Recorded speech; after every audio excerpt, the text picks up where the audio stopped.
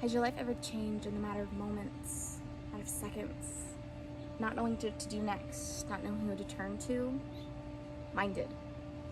One moment my Nana was in this world, and the next, there was a doctor telling me and my family I would never be able to hear her again or see her.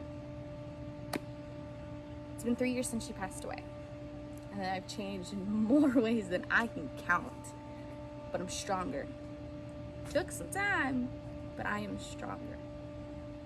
Wouldn't have been able to do it without a letter she wrote me when I was 13 and people that I have in my life. Now, this letter, she wrote it for me when I was 13.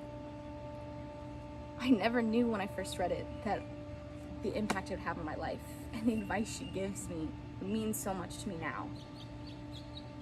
She basically tells me to keep pushing. Always be the strongest you can be. Keep going. Not for my family, not for her, but for me. Because I deserve that. I earned that. I used this letter a lot in high school when she passed, because she wasn't going to be there for my graduation, for anything. But she kind of was. She was there through her advice she gives me and her wisdom. And I've read this letter 1,000 times, and I'll read it 1,000 more. But every time I hear her, and I can see her telling me, you better listen, and you listen good.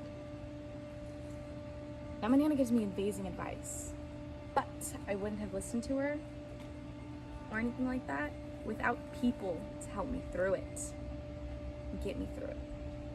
Now this photo book represents people in my life that I care so much for and were there for me. Maybe when I didn't want them to be, but were still there. In high school I went through, as I call, a haze. Not wanting to talk to anybody, not wanting to be with anybody, just by myself. But my people didn't let me. My mom, my dad, my brother, my best friend Mari, my boyfriend Nate didn't let me do it alone. They were there for me, sitting with me, not talking to me, not talking at me, just sitting there with me, for me. Now,